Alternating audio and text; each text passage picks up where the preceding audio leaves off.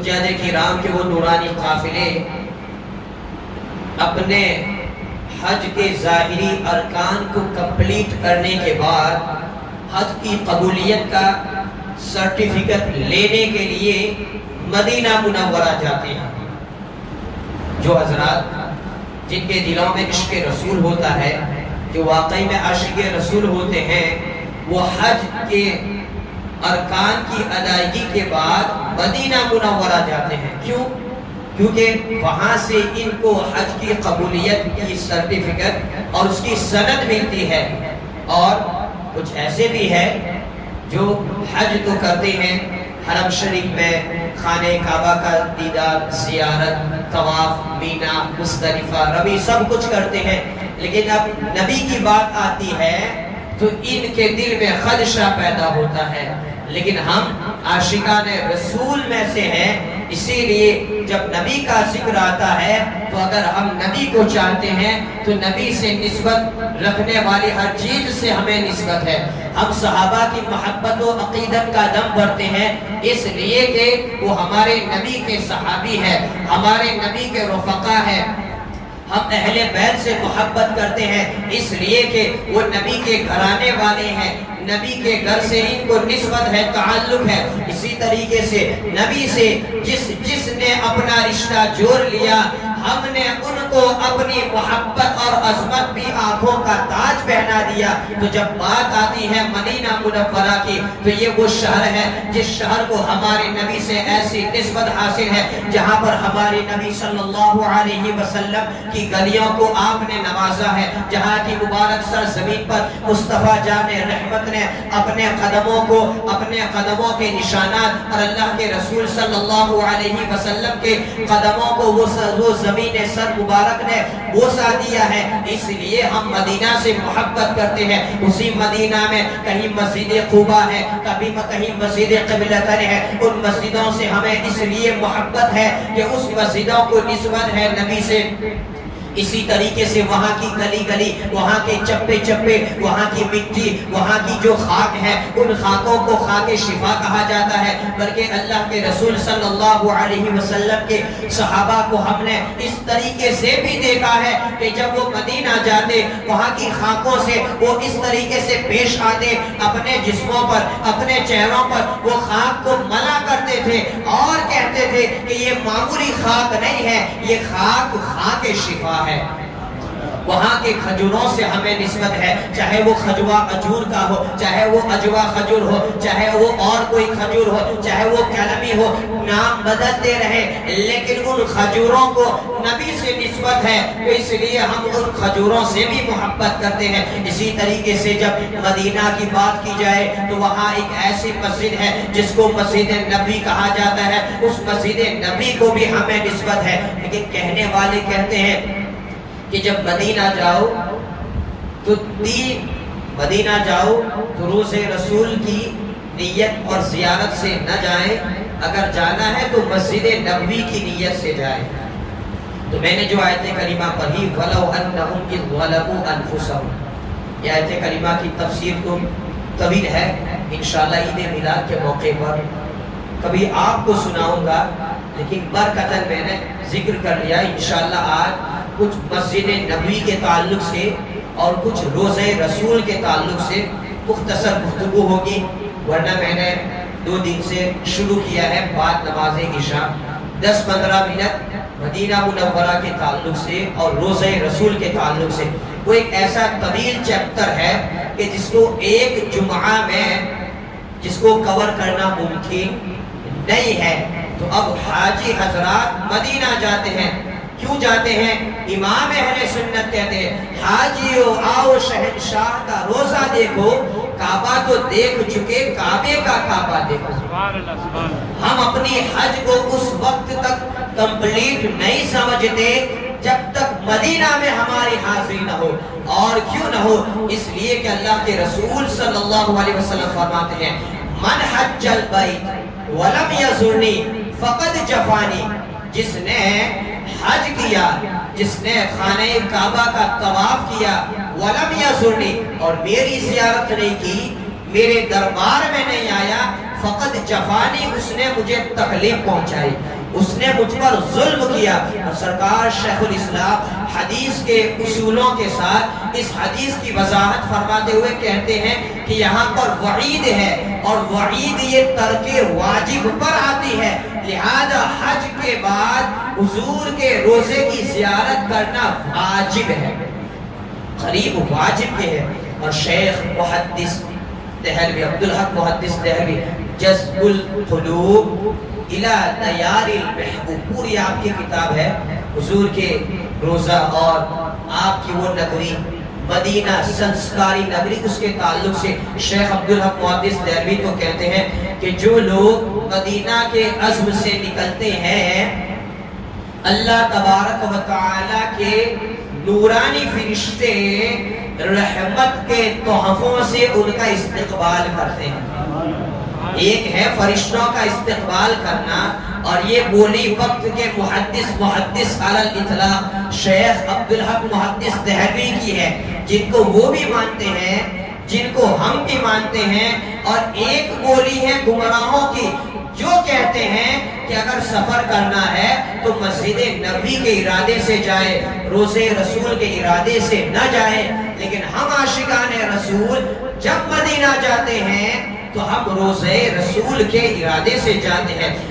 مسجد نبی کی عظمت واقعی سر آنکھوں پر ہے۔ اللہ کے رسول صلی اللہ علیہ وسلم فرماتے ہیں کہ میری اس مسجد میں جس نے متواتر تسلسل کے ساتھ 40 نمازیں بغیر ناغہ کے پڑھی، اللہ تبارک و تعالی اس کو جہنم سے اور اس کے دل کو نفاق سے آزاد فرما دے گا۔ اللہ کے رسول صلی اللہ علیہ وسلم فرماتے ہیں مسجد نبی میں ایک نماز کا ثواب 50,000 نمازوں کے برابر ہے۔ اللہ کے رسول صلی اللہ علیہ وسلم فرماتے ہیں جو مسجد نبی میں نماز ادا کرنے کے ارادے سے نکلتا ہے اور نماز کو ادا کرتا ہے، اللہ تبارک و تعالی اس کو حج کا ثواب عنایت فرماتا ہے۔ بے شمار مسجد نبی کی فضیلت ہے، لیکن آپ مجھے بتائیں جو فضیلت مسجد نبی کی ہے، مدینہ شریف میں اور بھی مسجدیں ہیں، لیکن جو مسجد نبی کی فضیلت ہے وہ اور کسی مسجد کے لیے نہیں ہے۔ آخر کیوں ہے مسجد نبی کو یہ فضیلت، یہ شرف حاصل کیوں ہوا ہے؟ وہ اس لیے کہ مسجد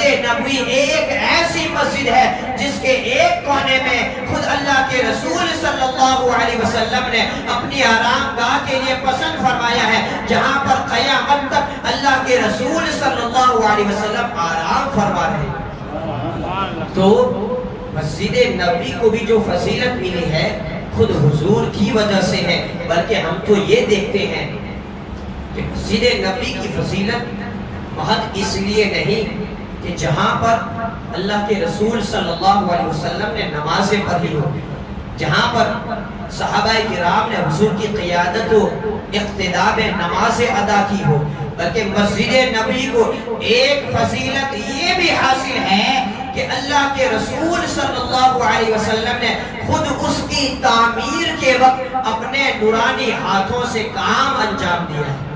مختصر اگر بیان کروں تو مسجد نبی کی جو زمین ہے وہ سہل اور سہیل دو ایسے یتیم بچوں کی ملکیت میں تھی۔ سہل اور سہیل نامی جو دو بچے تھے وہ ان کی ملکیتی زمین تھی، ان کی پراپرٹی تھی، اور یہ سہل اور سہیل یہ دونوں بچے حضرت اسعد بن زرارہ صحابی رسول ان کی کفالت میں تھے، یہ ان کی دیکھ ریکھ کرتے تھے۔ تو اللہ کے رسول صلی اللہ علیہ وسلم نے جب وہاں پر مسجد کی تعمیر کا ارادہ فرمایا تو آپ نے وہ زمین کے تعلق سے جب گفتگو کی تو یہ دونوں بچے شہزادے لڑکے اتنی کم عمری میں شعور ان کا دیکھو، اللہ کے رسول صلی اللہ علیہ وسلم کی خدمت میں رکھ دیا، لیکن یہ میرے نبی کی لیڈرشپ، آپ کی قیادت، کوئی ایسا لیڈر نہیں ملے گا۔ شاید کیا کنفرم اگر کوئی دنیا دار ہوتا تو وہ ملکیتی زمین اجازت لینا تو دور کی بات، وہ اپنی مرضی سے قبضہ کر کے جو بھی بنانا چاہتا وہ بنا لیتا، لیکن یہ میرے نبی کا کردار ہے۔ ان دونوں بچوں سے اجازت طلب کرتے ہیں، دونوں بچوں نے حضور کی خدمت میں اجازت کا پروانہ رکھ دیا، لیکن میرے نبی کا کردار ہے کہ آپ نے اس کو قبول نہیں کیا، آپ نے ایکسپٹ نہیں کیا۔ کیوں؟ کہ وہ دونوں بچوں نے بغیر کسی معاوضے کے، بغیر کسی قیمت کے پیش کر دیا، حضور نے لینا پسند نہیں فرمایا۔ یتیموں کے حق کو حضور نے نہیں کھایا، کہا کہ جب تک اس کی قیمت نہیں لوگے یہ زمین قبول نہیں کی جائے گی۔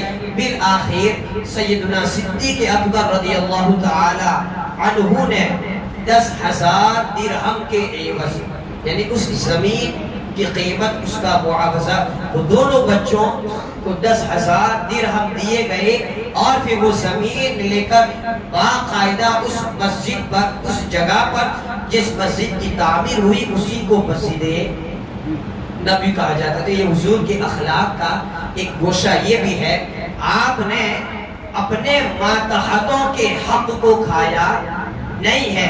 ارے جس نے یتیموں کو حق دلایا، جس نے بیواؤں کو حق دلایا، جس نے عورتوں کو حق دلایا، جس نے پوری قوم انسانیت کو حق دلایا، وہ کبھی کسی کے حق کو کھا نہیں سکتا۔ اسی لیے اللہ تعالیٰ فرماتا ہے اِنَّكَ لَعَلَىٰ خُلُقٍ عَظِيمٍ، اے محبوب آپ اچھے اخلاق والے ہیں۔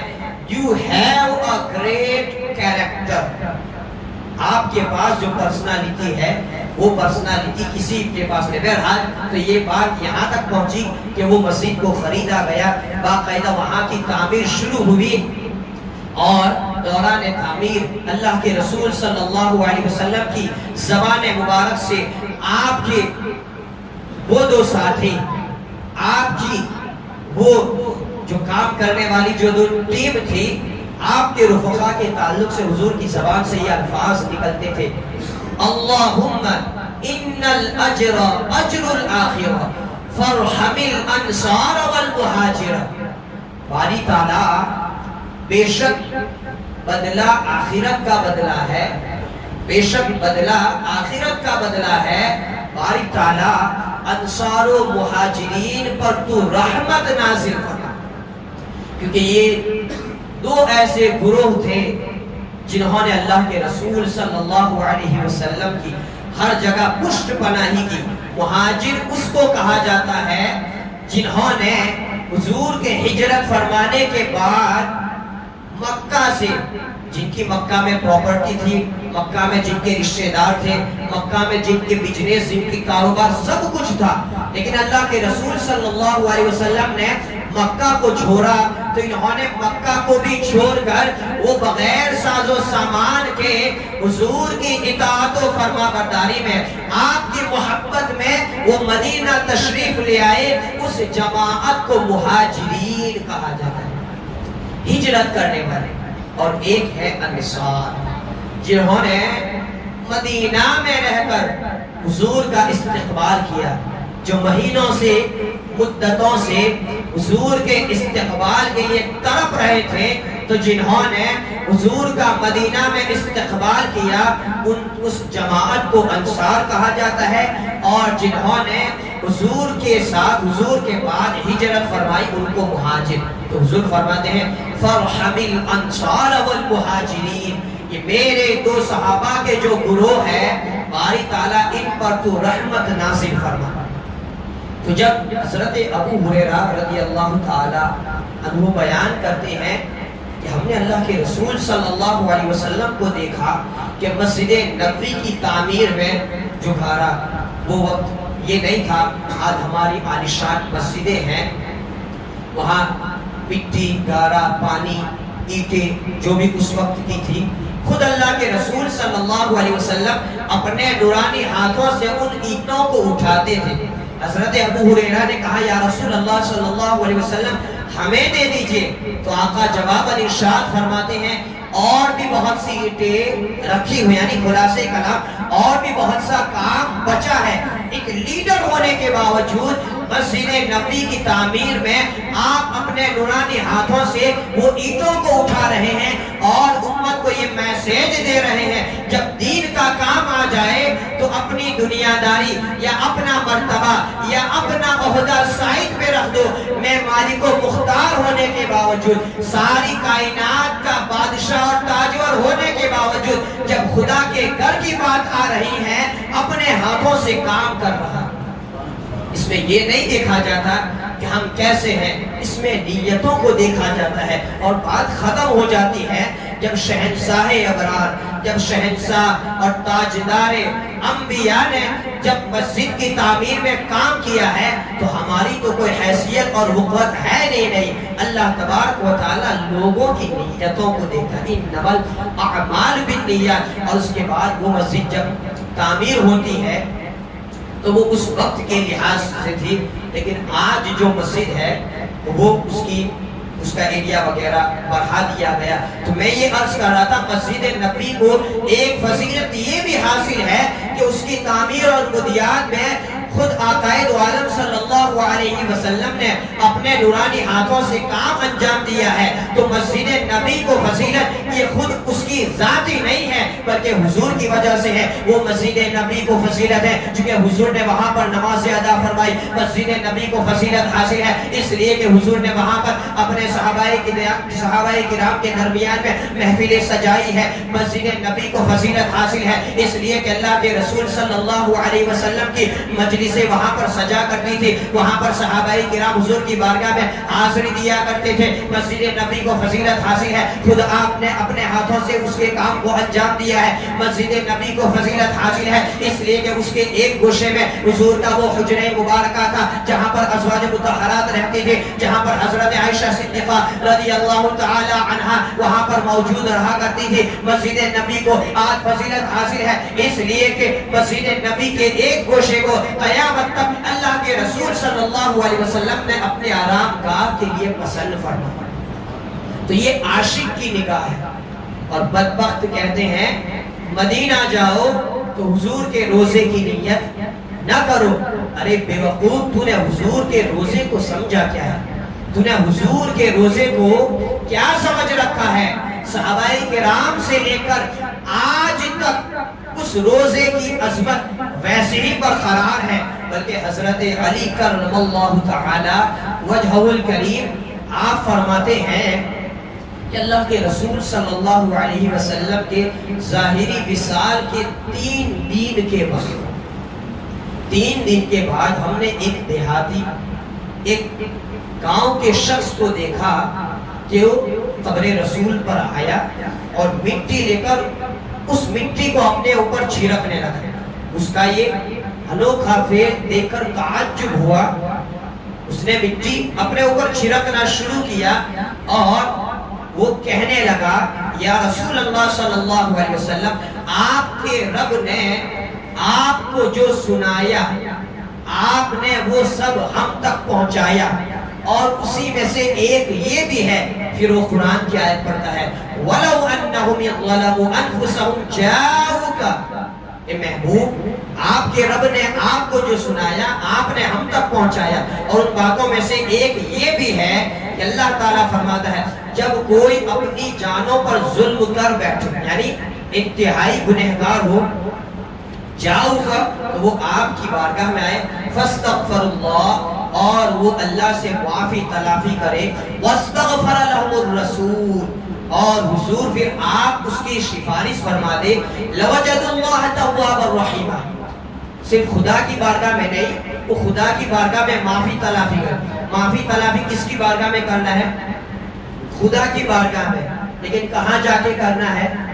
حضور کی بارگاہ میں. حضور کی بارگاہ میں جا کر خدا سے معافی مانگنا ہے, یہ اللہ تعالیٰ بتا رہا ہے. اور پھر معافی مانگنے کے بعد جب حضور سفارش فرما دے تو بے شک اللہ تعالیٰ لوجد اللہ توابا رحیما, تم اپنے رب کو توبہ قبول فرمانے والا اور بہت ہی رحم فرمانے والا پاؤ گے. اس نے یہ آیت پڑھی, حضور کے روزے سے آواز آتی ہے قد غفر لک, اللہ تعالیٰ نے تجھے بخش دیا, تجھے معاف فرما دیا.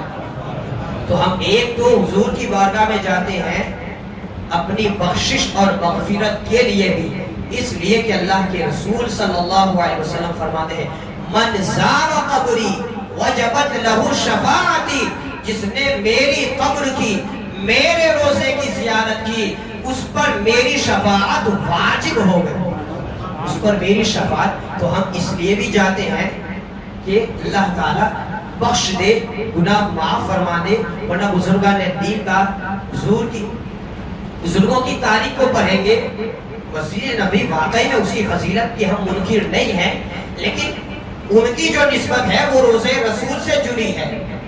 آپ دیکھیں اسی طریقے سے مروان یہ ایسا ناپاک و نالائق شخص ہے جو میدان کربلا کا ماسٹر مائنڈ، میدان کربلا کا ماسٹر مائنڈ مروان کو کہا جاتا ہے، اہل بیت کا سخت دشمن اسی مروان ہے۔ اللہ کے رسول صلی اللہ علیہ وسلم کے وصال کے بعد حضرت صدیق اکبر رضی اللہ تعالی عنہ آپ نے یہ وصیت فرمائی تھی کہ جب میرا انتقال ہو جائے، میرے جنازے کو حضور کی بارگاہ میں رکھ دیا جائے اور کہا جائے یا رسول اللہ صلی اللہ علیہ وسلم ھذا ابو بکر بالباب، یعنی یہ آپ کا غلام ابو بکر آپ کی بارگاہ میں آپ کی دہلیز پہ حاضر ہے، اگر اجازت ملے تو مجھے روزے رسول میں حضور کے پہلو میں دفنا دینا، ورنہ پھر جنت البقیع میرا مدفن بنے۔ تو حضرت ابو بکر صدیق رضی اللہ تعالی عنہ آپ کے وصال کے بعد آپ کے جنازے کو حضور کی بارگاہ میں آپ کی دہلیز پر رکھ دیا گیا، کہا گیا الصلاۃ والسلام علیک یا رسول اللہ ھذا ابو بکر بالباب، یا رسول اللہ یہ آپ کا غلام ابو بکر آپ کی دہلیز پہ ہیں۔ اللہ اکبر، وہ ایسی رفاقت کہ اللہ کے رسول صلی اللہ علیہ وسلم کے ساتھ ہر جگہ آپ رہے، چاہے وہ ایمان لانے کا پہلا مرحلہ ہو، چاہے وہ ہجرت کا مرحلہ ہو، چاہے یہ آپ کی آخری بات ہو، اندر سے آواز آتی ہے، روزے رسول کا دروازہ خود بخود کھلتا ہے، ادخلوا الحبیب الی الحبیب فإن الحبیب الی الحبیب مشتاق، کہ جو یہ میرا محبوب ہے اس کو آنے دے دیا جائے، اس لیے کہ اس حبیب کی میں اس کے انتظار میں تھا، حبیب کو حبیب کے ساتھ ملا دیا جائے۔ تو اس طریقے سے حضور کے بعد یہ جو وہاں پر جو قبور مبارکہ کا جو نقشہ ہے انشاءاللہ کبھی رات کی محفل میں پریکٹیکل بتاؤں گا۔ حضرت ابو بکر صدیق اور اس کے بعد حضرت عمر فاروق کی تدفین ہوئی، اور جب حضرت عثمان غنی کی بات آئی مروان نے آپ کو وہاں پر تدفین ہونے نہیں دیا۔ تو میں بات کر رہا تھا کربلا کا ماسٹر مائنڈ مروان، اہل بیت کا سخت دشمن۔ تو حضور کے وصال کے بعد اسی طریقے سے ایک شخص آیا جو آ کر اپنے پورے جسم کو حضور کی قبر مبارک پر ڈالے۔ لوگ کہتے ہیں قبروں کو نہیں چھونا چاہیے، یہ نہیں کرنا چاہیے، وہ نہیں کرنا چاہیے۔ تو یہ شخص آیا اور حضور کی قبر مبارک پر بوسہ دینے لگا۔ یعنی آدمی جب پاگل ہو جاتا ہے تو کیا کرتا ہے، کبھی وہ اپنی پیشانی کو لگا رہا ہے، کبھی اس رخسار کو لگا رہا ہے، کبھی اس رخسار کو لگا رہا ہے۔ تو یہ مروان جو کہ خلیفہ وقت تھا، اس نے گردن کو پکڑ کر کھڑا کیا کہ کیا کر رہا ہے، لیکن جیسے گردن پکڑی اور چہرہ دیکھا تو وہ ڈر گیا۔ امام اہل سنت فتاوی رضویہ میں کہتے ہیں اذن ہوا ابو ایوب انصاری، کہ حضور کی قبر مبارک کو ایک مجنون انداز میں بوسہ دینے والا کوئی معمولی شخص نہیں تھا۔ اذن ہوا ابو ایوب انصاری، وہ صحابی رسول حضرت ابو ایوب انصاری تھے۔ چونکہ مروان سمجھتا تھا ہوگا کوئی معمولی، لیکن جیسے حضرت ابو ایوب انصاری کو دیکھا وہ تعجب میں پڑ گیا کہ تو وہ ہے جنہوں نے حضور کی بارگاہ میں اپنی زندگی کو گزارا۔ اب حضرت ابو ایوب انصاری اس کو کہتے ہیں کیا تو یہ سمجھتا ہے کہ میں کسی پتھر کے پاس آیا ہوں؟ کیا تو یہ سمجھتا ہے کہ کسی مٹی کے پاس آیا ہوں؟ یہ وہ جگہ ہے اللہ تبارک و تعالی جن کی بارگاہ میں آنے والوں کی بخشش فرما دیتا ہے۔ اور پھر اس کو کہا کہ اللہ کے رسول صلی اللہ علیہ وسلم نے فرمایا تھا کہ دین کا کام جب تک اہلوں کے پاس، جو لائق ہے ان کے پاس رہے تو دین پر مت رونا، لیکن جب نا اہل لوگ دین کے دار ہو جائے تو سمجھ لو دین کا بیڑا غرق ہو گیا۔ یعنی یہ وہ وقت کی بات ہے تو وہ مروان چونکہ وہ نا اہل لوگ تھے، تو اس طریقے سے ایسے بے شمار واقعات ہیں۔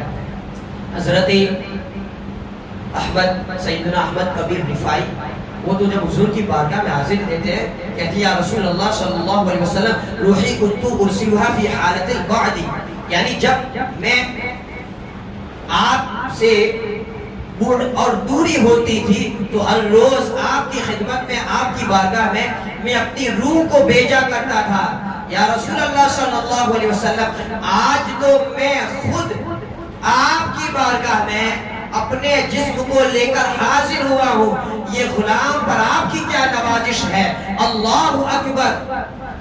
قبر مبارک سے، حضور کے روزے سے آپ کا وہ نورانی دست مبارک نکلتا ہے، اور آپ نے اپنے شہزادے شیخ احمد کبیر رفاعی بوسہ دیتے ہیں، اور اس وقت جتنا بھی مجمع تھا سب نے اپنی آنکھوں سے اس واقعے کو دیکھا۔ تو آج بھی روزے رسول پر جو عاشق حاضر دیتے ہیں، جو اہل ہوتے ہیں، جن کی یہ کیپیسٹی ہوتی ہے، جب وہ سلام کرتے ہیں تو باقاعدہ سلام کا جواب ان کو بھی ریٹرن ملتا ہے۔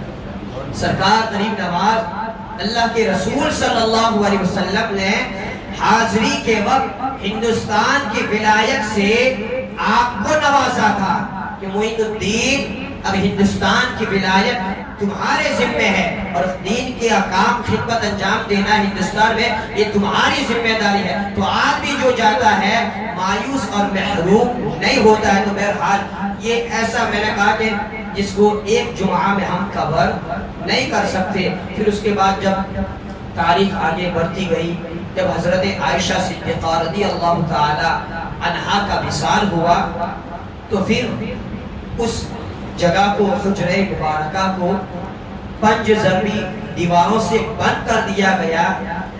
اس کے بعد روزے رسول اندر قبر مبارک کو نہ کسی نے دیکھا، جب کسی نے دیکھا نہیں تو بوسہ دینے کی تو بات دور ہے۔ تو اب اس کے بعد کوئی بھی اندر داخل نہیں ہو سکتا، لہذا اگر فوٹو ٹکڑے وغیرہ جو چلتے ہیں یہ حقیقت میں آپ صلی اللہ علیہ وسلم کے روزے اور قبر کے نشانات نہیں، کیونکہ کوئی اندر داخل ہو ہی نہیں سکتا، اور کسی کے ماں کے لال کے جسم اور قدم کی ایسی برکت ہے ہی نہیں جو اپنے آپ کو اس قابل سمجھے کہ حضور کی قبر مبارک کو بوسہ دے سکے یا وہاں پر اندر جا سکے۔ تو اب بن ہے، کوئی اندر جا ہی نہیں سکتا ہے۔ تو اللہ کے رسول صلی اللہ علیہ وسلم کی وجہ سے اصل میں مسجد نبوی کو نسبت جو حاصل ہے، سرکار شیخ الاسلام فرماتے ہیں ہر ایک دل کو سکون یہیں سے ملتا ہے، ہر ایک دل کو سکون یہیں سے ملتا ہے۔ میرے خدا بتا گنبد خضرا میں رکھا کیا ہے، اور حضور محدث اعظم ہند فرماتے ہیں مدینے میں کیا ہے، بس اسی سے سمجھ لو فرشتے لگاتے ہیں دن رات پھیرے۔ اللہ تبارک و تعالیٰ نے اپنے نورانی فرشتوں کی یہ ڈیوٹی لگا دی ہے کہ 70,000 فرشتے صبح آتے ہیں، حضور کے دربار میں حاضری دیتے ہیں، صلاۃ و سلام کو پیش کرتے ہیں، شام کو آتے ہیں 70,000 فرشتے، اور اس طریقے سے آنے جانے کے وقت میں کل 1,24,000 فرشتوں کا اجتماع روزے رسول پر ہو جاتا ہے۔ تو روزے رسول کی عظمت کو جاننا ہو تو دیکھو 70,000 فرشتے صبح شام حاضر دیتے ہیں، اور وہ بھی نورانی فرشتے جن کو ایک بار موقع ملتا ہے۔ قربان جاؤ 1400 سال ہو گئے، 70,000 فرشتے کتنے فرشتے ہوئے ہوں گے، اور ان میں سے کسی کو دوسری بار موقع نہیں ملا، نہ قیامت تک ملے گا۔ تو قرب قیامت تک وہ فرشتوں کی کیسی جماعت ہوگی، کتنی تعداد ہوگی جو میرے نبی کے دربار میں حاضری دے گی۔ روزہ رسول ہر ایک دل کو سکون یہی سے ملتا ہے۔